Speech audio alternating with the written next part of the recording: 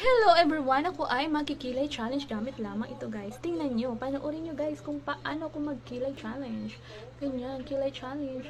Simplihan lang natin guys. O diba, pag umaalis kasi tayo, minsan sobrang tagal natin mag-ayos ng kilay. So ganyan lang, simplihan lang natin. O, pak! O diba, makapal siya tingnan. Pero syempre, i-adjust natin yan mamaya. Ganyan.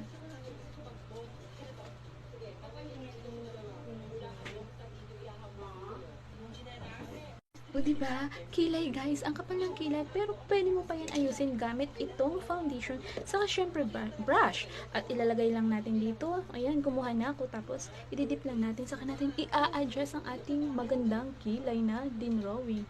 Ganyan guys. Nasa sayo yan kung anong gusto mo ma-achieve sa iyong kilay. Gusto mo ba na makapal or gusto mo lang ng manipis? O, diba? Ganyan guys. Pwede mo pa siya liitan or nipisan ng konti. Saka pala guys, yung ginagamit ko ay hindi siya yung black. Gusto ko kasi yung parang dark brown na kasi ayun yung bagay sa akin. Kapag black kasi parang hindi siya bagay sa akin yung dark na black. Light lang dapat ang pwede sa akin. So ayun guys, pwede mo siyang liitan. Depende sa'yo kung ano yung babagay sa mukha mo. Char. Ganyan lang. Tapos, syempre, okay na. Oh, pwede mo na siyang burahin gamit yung pwede kang gumamit ng tela o kaya ng cotton.